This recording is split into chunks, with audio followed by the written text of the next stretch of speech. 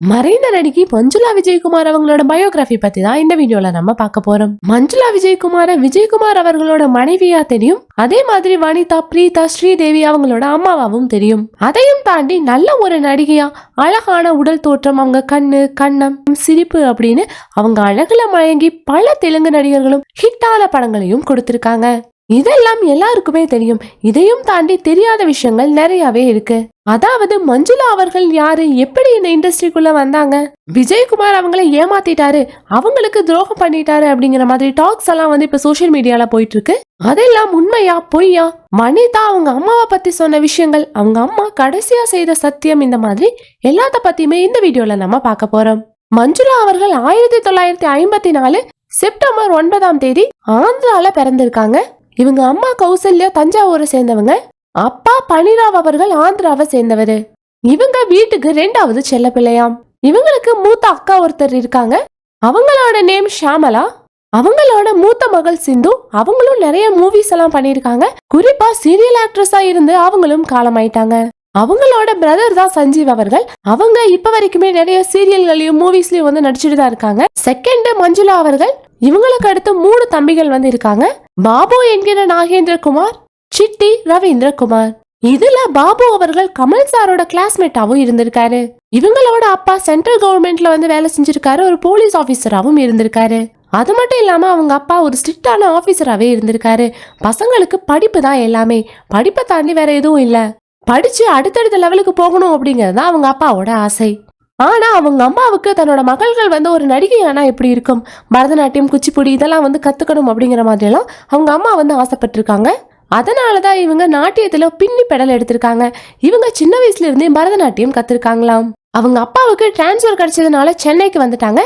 சென்னையில எழும்பூர்ல தான் சின்ன வயசுல இருந்து இருந்திருக்காங்க. நுங்கம்பாக்கத்துல இருக்க குட் ஷெபர்ட் கான்வென்ட் ஸ்கூல்ல தான் தன்னோட ஸ்கூலிங்க முடிச்சிருக்காங்க.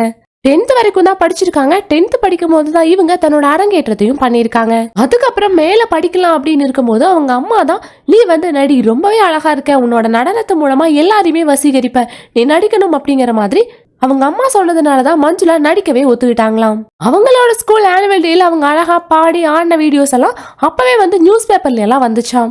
இது மூலமா தான் 1969 சாந்தி நிலையம் அப்படிங்கிற படத்துல ஜெமினியோட அண்ணன் பசங்க கேரக்டர்ல இவங்க கூட சேர்ந்து ரோஜா அவர்களும் நடிச்சிருப்பாங்க. இந்த படத்துல ஒரு சுட்டியான ஒரு பொண்ணா நடிச்சிருப்பாங்க. ரொம்ப ரொம்ப அழகாவும் இருப்பாங்க. சின்ன வயசுல இவங்களை பாக்கறதுக்கு ஸ்ரீதேவி இப்ப எப்படி இருக்காங்களோ அதே மாதிரிதான் இருந்திருப்பாங்க. இதுல சைல்டு ஆர்டிஸ்டா நடிச்சிட்டு இருந்த சமயத்துல 1970 ஜெய் ஜவான் அப்படிங்கிற தெலுங்கு படத்துல ஹீரோயினாவும் அறிமுகமாயிருக்காங்க. அதை தொடர்ந்து 1971 எம்ஜிஆர் அவர்களுக்கே பேர் பண்ற விதத்துல ரிக்ஷாக்காரன் அப்படிங்கிற படத்து மூலமா உமா அப்படிங்கிற கேரக்டர்ல அறிமுகமாயிருப்பாங்க. இந்த படம் எம்ஜிஆர் அவர்களுக்குமே ரொம்பவே ஒரு ஸ்பெஷலான படம் அப்படின்னே சொல்லலாம்.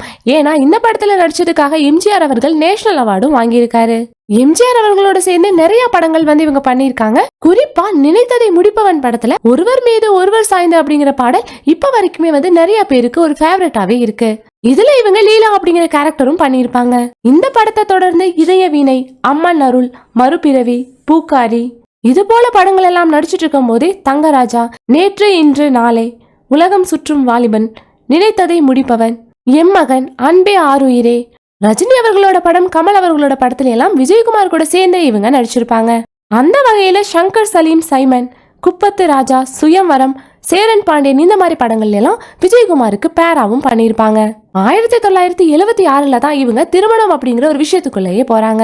யார திருமணம் பண்றாங்கன்னா விஜயகுமார் அவர்களை 2வதா திருமணம் பண்றாங்க. அவங்களோட காதல் எங்க இருந்து ஸ்டார்ட் பண்ணுச்சுன்னா 1976 ரிலீஸ் ஆன உன்னிடம் மயங்கினேன் படத்துல 2 பேருமே பேராவே நடிச்சிருந்தாங்களாம். அந்த படத்துல பிரேக் டைம் கிடைக்கும் போதெல்லாம் நிறைய விஷயங்களை பத்தி பேசுவாங்களாம். இவங்களோட பேச்சிலேயே மயங்கிட்டாராம் விஜயகுமார். உடனே விஜயகுமாரும் டைரக்டாவே, நான் உன்னை லவ் பண்றேன், உன்னை கல்யாணம் பண்ணிக்கணும்னு நினைக்கிறேன், நீ என்ன சொல்ற அப்படின்னு கேட்டதுமே மஞ்சுளா அவர்கள் எழுந்து என்னோட வீட்டுல கேட்டுட்டு அதுக்கப்புறம் தான் நான் முடிவு சொல்ல முடியும் அப்படிங்கிற மாதிரி சொன்னாங்களாம். விஜயகுமார் அவர்கள் டைரக்டா அவங்க வீட்லயே போய் பேசினாராம்.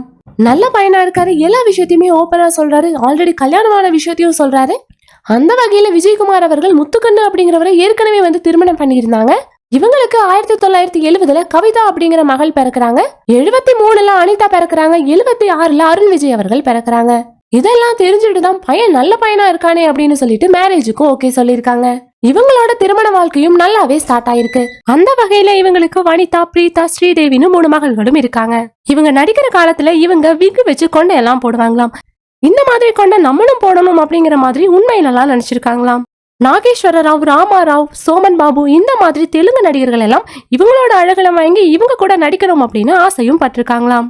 1970களில் தமிழ், தெலுங்கு மட்டும் இல்லாம கன்னடம், ஹிந்தி, மலையாளம் இந்த மாதிரி பல்வேறு மொழிகளிலும் ஒரு சில படங்கள்லயும் நடிச்சிருக்காங்களாம். இவங்க திருமணமாகி குழந்தையெல்லாம் பிறந்து 8 வருஷத்துக்கு அப்புறம் தான் திரும்பவும் இண்டஸ்ட்ரிக்குள்ள நடிக்க வராங்க அம்மா வேடங்கள்ல எல்லாம். அந்த வகையில புது வசந்தம், புது வாரிசு, செந்தமிழ் பாட்டு, வெற்றிக்கரங்கள், லக்கி மேன், தாலாட்டு, காவிய தடைவன், சமுத்திரம், 2011 வெளியான எண்ணுள்ள முன்னை தேடுதே அப்படிங்கிற படத்துல தான் கடைசியா நடிச்சிருப்பாங்க.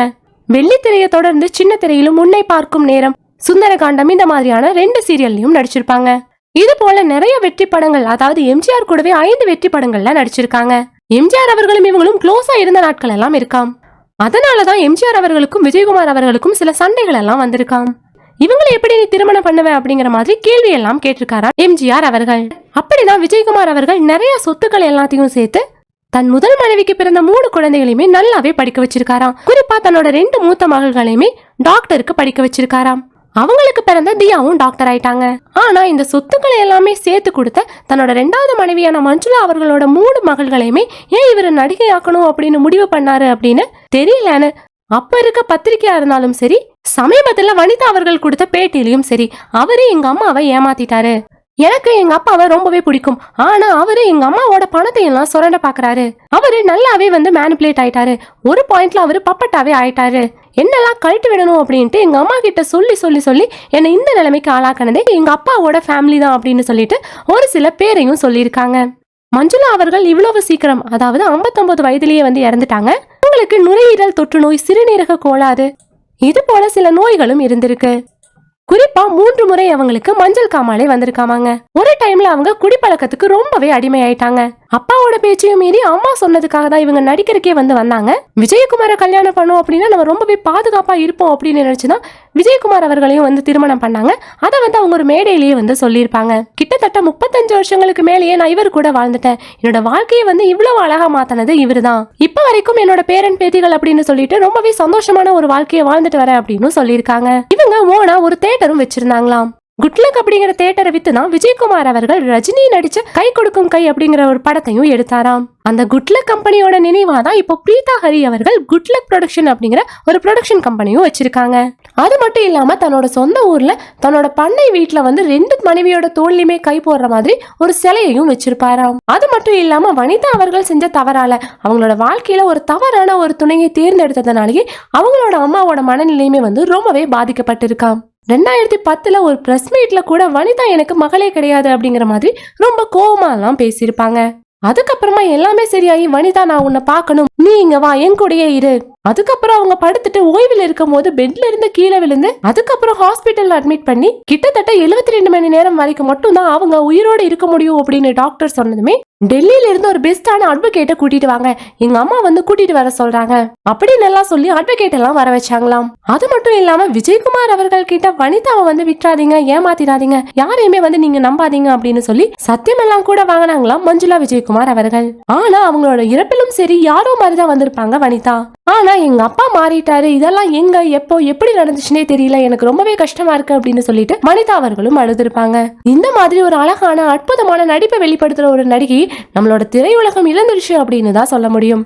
இப்ப அவங்க இருந்திருந்தாங்க அப்படின்னா இப்ப இருக்க நடிகர் நடிகையோட சேர்ந்து இவங்க ஒரு அம்மா கேரக்டராவது பண்ணிருப்பாங்க.